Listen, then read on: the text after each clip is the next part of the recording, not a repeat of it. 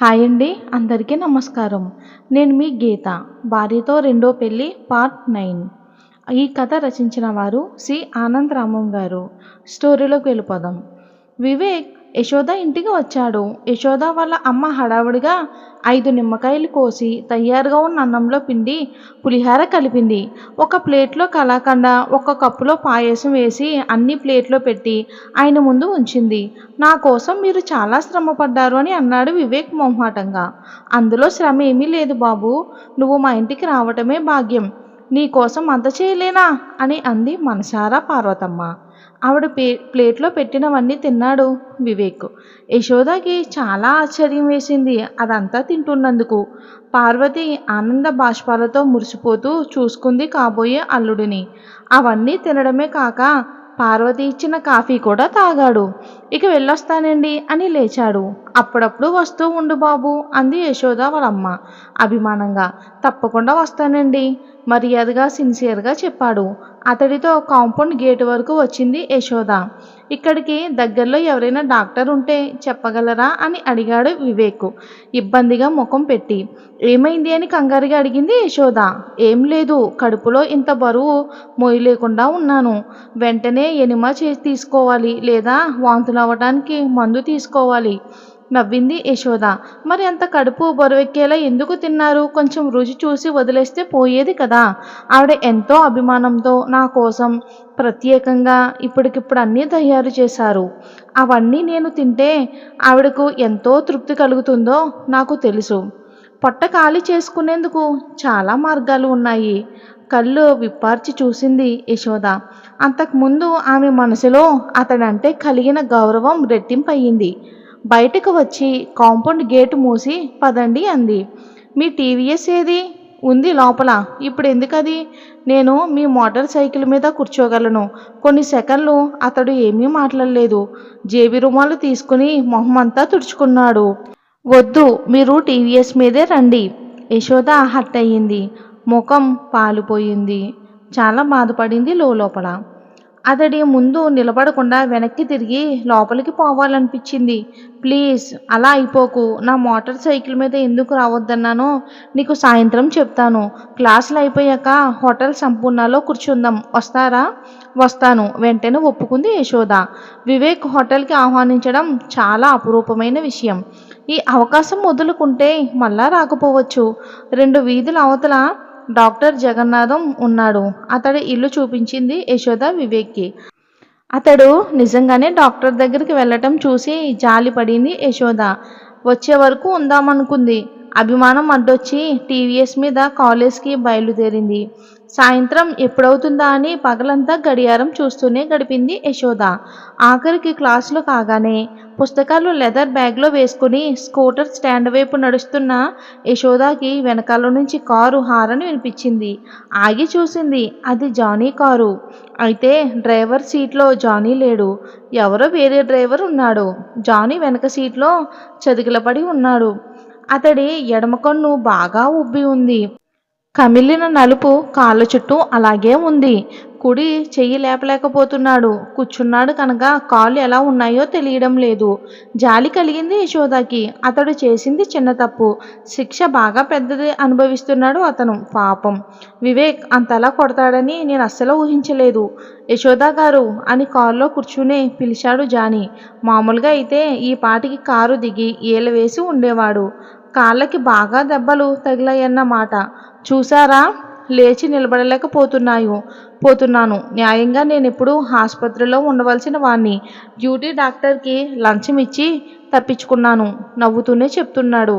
తనే అతన్ని కొట్టించిందన్న కోపం లేదు.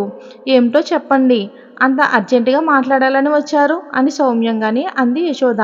మీరు వివేక్ని పెళ్లి చేసుకోవాలనుకుంటున్నారని అరుణ చెప్పింది. నిజమేనా? నిజమే. నిశ్చితార్థం కూడా అయిపోయిందా? అది మీకంతా అవసరమా? నాకు మీ మీదున్న అభిమానాన్ని బట్టి అవసరమే. ఆ అవసరం ఏమిటో చెప్పండి, దాన్ని బట్టి చెప్తాను. వివేక్ది మాది స్వగ్రామం ఒకటే. మా నాన్నగారిది మొదటి నుంచి తివాచీల వ్యాపారం. వివేక్ తండ్రిది వ్యవసాయం. ఒకసారి పంట కాలువ తగాదాలో పక్క పొలంలో పనిచేస్తున్న రైతుని 10 మందిలో తల పగలగొట్టించి ఒక్కడు నోరెత్తకుండా కేసు మాపు చేయించాడు. తను అనుకున్న దానికి ఎవరైనా అడ్డు తగిలితే ఊరుకోరు. సంకల్పించుకున్నది ఏ మార్గంలోనైనా సాధించకుండా వదలడు. పరమ కర్కోటుడని చెప్పుకుంటారు అందరూ. వివేక్ తండ్రి మాటకి ఎదురు చెప్పని ఉత్తమపుత్రుడు వివేక్. యశోద మనసంతా చేదుగా అయింది. వివేక్ తెచ్చిన విడాకుల ప్రస్తావన మనసులో మెదిలింది. Thanks for the information. ఇది చెప్పడానికే వచ్చారా? మరొకటి కూడా చెప్పాలని ఉంది. చెప్పండి. గొంతు సవరించుకున్నాడు జానీ. మేము కోటీశ్వరులము కాకపోయినా ఉన్న వాళ్ళలోకే లెక్కొస్తాము. మా నాన్నగారికి జూట్ మిల్ ఉంది. తివాసీల వ్యాపారం కూడా ఉంది. యశోద ఏమీ మాట్లాడలేదు. నేను అమ్మాయిలతో తిరిగే మాట నిజమే, కానీ చదువుల్లో ఏనాడూ నేను వెనకబడలేదు. నా వెంట ఎందరో అమ్మాయిలు పడుతున్నారు. వాళ్ళల్లో అందమైన వాళ్ళు కూడా ఉన్నారు. కానీ నాకెప్పుడు ఎవరిని చేసుకోవాలనే ఆలోచన రాలేదు. మీరు ఒప్పుకుంటే మిమ్మల్ని పెళ్లి చేసుకుంటాను. సారీ, నాకు వివేక్తో పెళ్ళి అయిపోయినట్లే. అదీ కాక మిమ్మల్ని పెళ్లి చేసుకునే ఉద్దేశం నాకెన్నడూ లేదు. నా కారణంగా మీకిన్ని దెబ్బలు తగిలాయనే సానుభూతితో మాత్రమే ఇంతసేపు మాట్లాడుతున్నాను. బాయ్. గిర్రున తిరిగింది వెనక్కి యశోద. అక్కడి నుంచి వెళ్ళిపోయే ఉద్దేశంతో. కొంత దూరంలో నిలబడి ఎర్రబడ్డ కళ్ళతో చూస్తూనే ఉన్నాడు వివేక్. ఆ కళ్ళు ఎంత ఎర్రగా మండుతున్నాయంటే ఆ చూపులు తనను నిలువున భస్మం చేస్తాయేమో అనిపించింది యశోదకి. చటుక్కున చూపులు దించుకుంది. సాయంత్రం 4 గంటలైనా బయట ఎండ చిరచిరలాడిస్తుంది. ఆ ఎండలో నుంచి టీవీఎస్ మీద వచ్చాక హోటల్ సంపూర్ణలో ఏసీ రెస్టారెంట్లో హాలు చాలా హాయిగా ఉంది. వివేక్ మాత్రం ఆ చల్లదనాన్ని అనుభవిస్తున్నట్లు లేదు. కళ్ళింకా ఎర్రగానే ఉన్నాయి. వెయిటర్ వచ్చి టేబుల్ దగ్గర నిలబడ్డాడు. ఆర్డర్ కోసం. వివేక్ మాట్లాడకపోవడంతో తనే ఆర్డర్ చేసింది. 2 బాసుంది, 2 మసాలా దోసె. అప్పటికి వివేక్ మాట్లాడలేదు. కళ్ళు ఎరుపు ఇంకా తగ్గలేదు. ఎరుపు తగ్గని కళ్ళతో ఎదురుగా ఉన్న కిటికీ అద్దాన్ని చూస్తున్నాడు.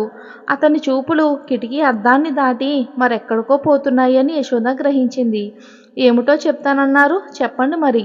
నవ్వుతూ మాటలు మొదలుపెట్టింది యశోద. జానీ నీతో ఏం మాట్లాడ్డాడు అని సూటిగా అడిగాడు వివేక్. మెత్తని పదుల్లా ఉన్నాయి అతని మాటలు. అప్పటి వరకు అతడికి ఆ విషయమే బాధిస్తుందని యశోద గ్రహించింది. ఆమెకి ఆనందము భయము రెండూ కలిగాయి. జానీ వివేక్ తండ్రి గురించి చెప్పిందంతా చెప్పింది యశోద. చివరికి నువ్వు తండ్రి మాట దాటని ఉత్తమ పురుషుడివంట అంది వేళాకోళంగా అంటున్నట్లు. చివరికి తప్పు శాంతంగా అన్నాడు వివేక్. ఏది? నేను తండ్రి మాట జవదాటని ఉత్తమ పుత్రుడు కావటం అంటే మిగిలినవన్నీ నిజమేనా? నిజమే, పూర్తి కాదు. వ్యవసాయంలో పంట కాలువ నీళ్లు వదలడం దగ్గర ఎప్పుడూ గొడవలు వస్తూనే ఉంటాయని, ఆ గొడవల్లో కొందరు చావటం కూడా జరుగుతుంది. అలా జరిగింది. నాన్నగారు ఆ కేసు బయటికి పోకుండా మేనేజ్ చేశారు. అది ఎంతో నాకు తెలియదు కానీ మేనేజ్ చేశారు. లోపల వణికింది యశోద. ఇప్పటికి మీ నాన్నగారి స్వభావం కూడా అదేనా? స్వభావం ఎందుకు మారుతుంది? అయినా అనుకున్నది ఎలాగైనా సాధించే పట్టుదల అలాగే ఉంటుంది. మీరు ఆయనను ఎదిరిస్తారా? ఎదిరించను. అసలు ముఖాముఖి కూడా మాట్లాడను. మరి ఉత్తమ పుత్రుడు కాదంటే అర్థం? నేను చెయ్యదలుచుకున్నది నేను చేస్తాను. ఆయనకి ఇష్టం ఉన్నా లేకపోయినా సరే. నాన్నగారికి కోపం వస్తుంది కానీ నన్నేమీ అనరు. అమ్మని తిడతారు అని అన్నాడు. నాన్నగారి తిట్లు అమ్మకి అలవాటే, శాంతంగా భరిస్తుంది. నాకు నాన్నగారికి మధ్య జరిగేది కోల్డ్ వార్. అంతకంటే మీ నాన్నగారిని వదిలేసి మీకు ఇష్టమైనట్లు ఉండొచ్చు కదా. అది కుదరదు యశోద. అమ్మ నాన్నగారిని వదలదు, నేను అమ్మను వదలను. కొంచెం సేపు మాట్లాడకుండా ఊరుకుని ఆలోచిస్తూ అడిగేసింది యశోద. అందుకేనా మీరు మొన్న ఒకసారి మీ ఇంటికి వచ్చినప్పుడు విడాకుల ప్రస్తావన తెచ్చారు? కాదు అని నిదానంగా అన్నాడు. గుండె జల్లుమంది యశోదకి. మరోసారి లోపల నుంచి పారిపో అన్నట్లు వినిపించింది. తలెత్తి యశోద కళ్ళల్లోకి చూశాడు. ఆ సమయంలో కళ్ళ నిండా ఆమె పట్ల ఆరాధన. ఆ కళ్ళు చూస్తుంటే ఇంకేమీ ఆలోచించలేకపోతుంది యశోద. సంకోచాలన్నీ ఎక్కడికక్కడ పటాపంచలైపోతున్నాయి. యశ్యు అని నెమ్మదిగా పిలిచాడు. ఆ పిలుపులో అనురాగం ముట్టిపడుతుంది. బయట వాతావరణం గురించి నువ్వసలు ఆలోచించవేం అని అంది. మనిద్దరి మధ్య ఎప్పుడైనా ఏదైనా డిస్టర్బ్ వస్తే పాతకాలపు సెంటిమెంట్లతో జీవితం నాశనం చేసుకోకుండా ధైర్యంగా నీ జీవితం పునర్నిర్మించుకోగలిగి ఉండేందుకే అడిగాను. ఏమిటి అవగాహన అని అంది. జానీ నీతో మాట్లాడింది అంతేనా అని అడిగాడు. కాదు, మరేమన్నాడు ఇంకా చెప్పమంటారా? మీ ఇష్టం. మీరు నన్ను నువ్వు అని పిలవచ్చు. మీరు నన్ను మీరు అంటున్నారుగా, నువ్వు అనమంటావా అని. అలాగే, నాకిష్టం. సరే అయితే. వాళ్ళిద్దరి సంభాషణ అక్కడితో పూర్తయిపోలేదు. తనని పెళ్లి చేసుకోవాలనుకుంటున్నాను అన్న విషయాన్ని కూడా జానీ యశోదతో చెప్పాడు. ఈ విషయాలు ఏం మాట్లాడ్డారో, ఇంకా యశోద ఏం చెప్పింది వివేక్తో, వివేక్ ఎలా రెస్పాండ్ అయ్యాడు, వాళ్ళిద్దరి పెళ్లి జరుగుతుందా లేదా అనేది మనం నెక్స్ట్ పార్ట్లో తెలుసుకుందాం.